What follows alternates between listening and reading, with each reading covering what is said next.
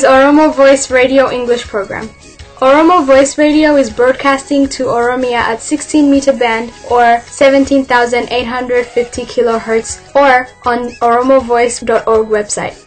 OVR broadcasts Oromia Insight program every Monday for 15 minutes at 7:15 p.m. Oromia local time. Welcome to Oromia Insight program. Oromia is a country in East Africa well known as the Horn of Africa. It's 600,000 square kilometers, making it larger than France, Italy, Belgium, and the Netherlands. Oromia is populated by over 40 million people. It's the origin of human race and the Gada system. Oromia is the birthplace of coffee and home to world-class athletes. Also is a nation with multi-faith society, Christianity, Islam, and Waqf. Oromia is the third largest single nation in Africa and the single largest nation in East Africa. It has been occupied by Ethiopia for over 130 years and is struggling for self-determination. Oromia has unaccounted number of Oromo refugees living in other countries. Welcome to Oromia Insight. My name is Aliye Geleto.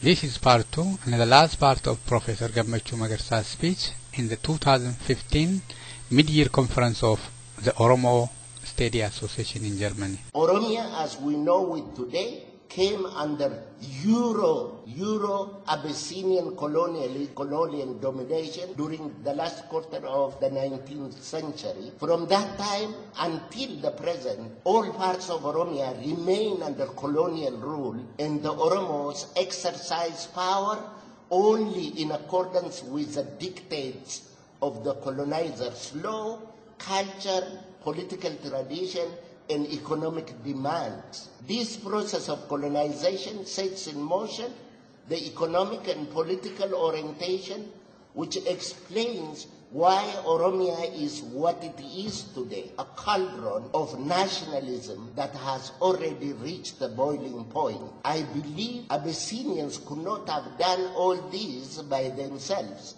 had it not been for European technical and material support. Under colonial rule, Oromia has been transformed, but the Oromo people have played very little part in shaping their own future.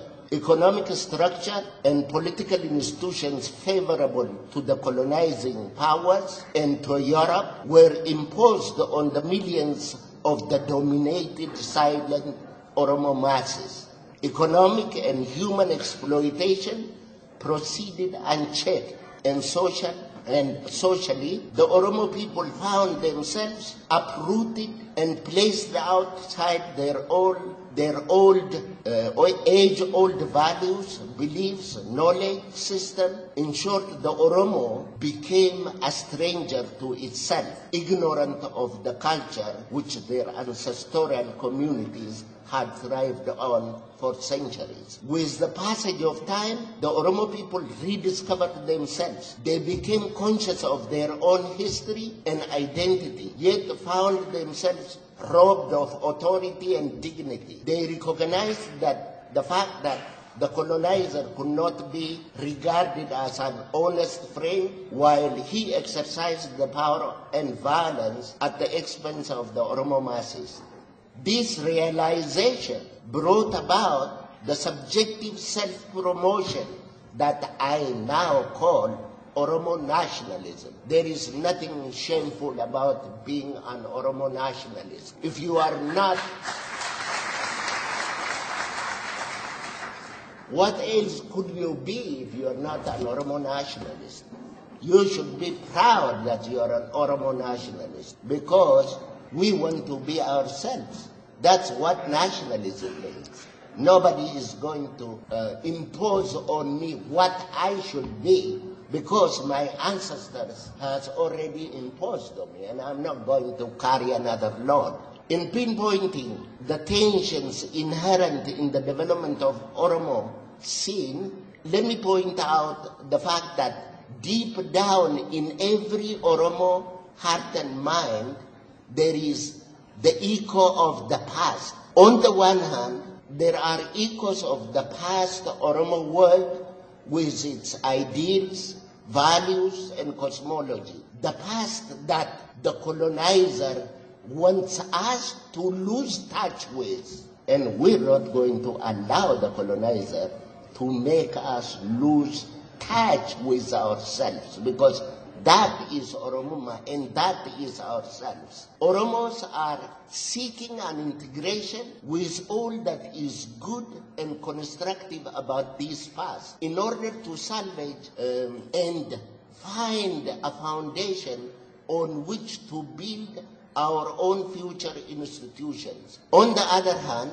there are here and there of the recent past, colonial past, littered with memories of colonial domination, but also with modern scientific methods of production, education, and so on. We want, but we are prevented from fully harnessing this colonial past to our advantage and use it as a tool to actually link up with the globalized world. We need science, we need education, we need modern education.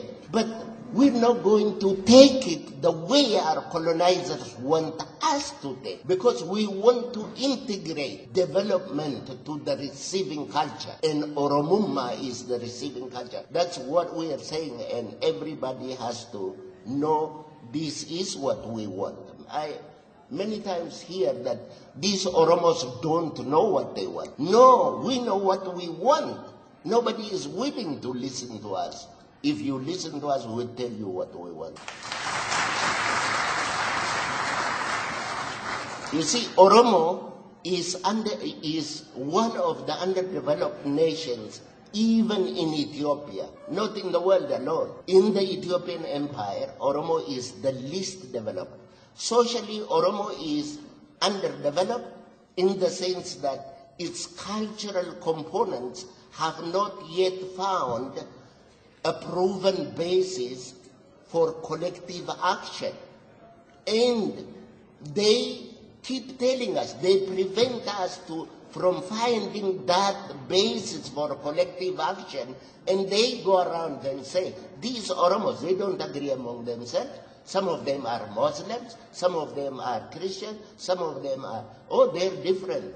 No, we are not different. You know, when we come together, we don't come together as Muslims. When we come together, we don't come together as Christians. When we come together, we don't come together as OPDOs. When we come together, we don't come together as OLF. We come together as Oromos. Is that not true? So we're not different. You know, our difference is our beauty. No individual, two brothers or two sisters are the same. We need our difference, but we don't want people who dominate us to tell us what our differences are, because we already know them. It is still possible, because of these differences, it is still possible for colonial administrators to rally other indigenous peoples of the country against the Oromo. And we see this in the examples of the Somali and the Borana that just goes on, the Gumuz and the Leka Oromo in the west, the Karayu and the Afar in the east. So they tell us we're different, but they create those differences and they make us wage war against each other. And if this continues on the basis of territorial claims and counterclaims alone, the bulk of the colonial empire can wrap itself in all sorts of claims and counterclaims,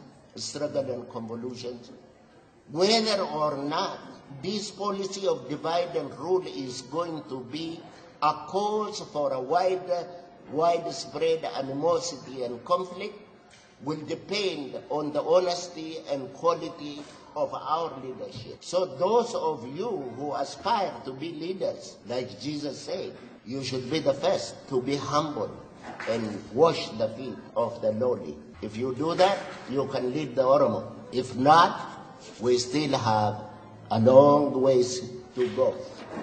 Furthermore, Oromo is socially underdeveloped because there is almost no social and cultural traffic between Oromo-speaking regions. Nowadays, they tell you, we have built roads, we have done this, we have done that. No road has been built with the intention of bringing the Oromo together.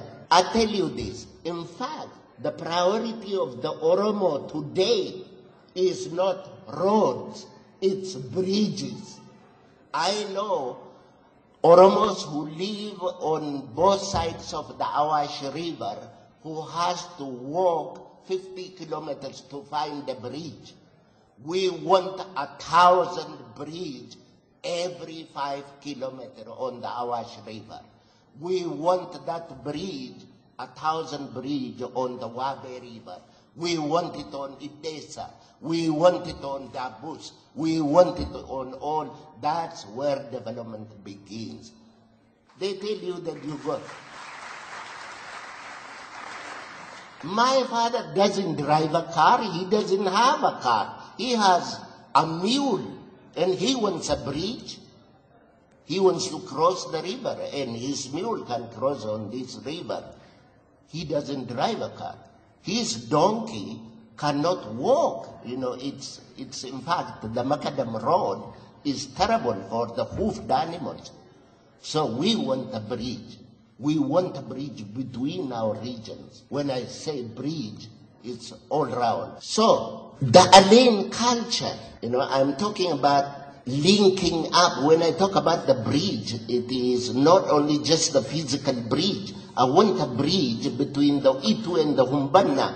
I want a bridge between the Siko and the Mando. I want a bridge between the Raya and the Asebo. I want a bridge between the Macha and the Tulama. And I want a bridge between the Sabo and the Gona. We want bridge. We don't want them to destroy our bridge. For the last 100 years, what have they been doing? Destroy our bridge. We want to rebuild those bridges in the social sense, in the political sense, in the economic sense, in every sense of the term bridge. Oromos closer to Amhara, the way it is today, Oromos closer to the Amhara region, are most familiar with Orthodox Christianity and the Amharic language. They constantly listen to the Amharic national propaganda and the local FM programs. They also listen to American and German-sponsored propaganda through institutions such as Voice of America and Deutsche Welle. You know, on Deutsche Welle, the radio station I've been listening to for the last 50 years, you hardly hear anything Oromo, not even a song. And you Oromos know this as much as I do. You don't hear. Have you ever heard a liberal song on the Deutsche Welle and they call you Ethiopian? It's always Amharic songs, and I told them they don't listen. So they don't mention Oromo unless it is in the negative. And we don't want the German taxpayers' money, you know, to be used against us. And that's why we're talking to Europeans today. Another example of the artificial disconnections among the various Oromo groups is that the Oromos of Eastern Oromia, for instance, know more about Djibouti, Somalia, and the Arab world than they know the rest of Oromia. This also emanates from the way communication is structured within the empire. This lack of communication is a definite source of problem in the development of Oromo and the Oromia region. In education and teaching, no effort at all is being made. And I'm coming from them. I'm not giving you a second-hand information. I'm coming from there. So I am telling you. If you think I'm telling you, like, come over there and I'll show it to you. In education and teaching, no effort at all is being made to revive the age-old cultural link. Again, these undertakings are conspicuously absent and call for honest leadership that is obviously missing.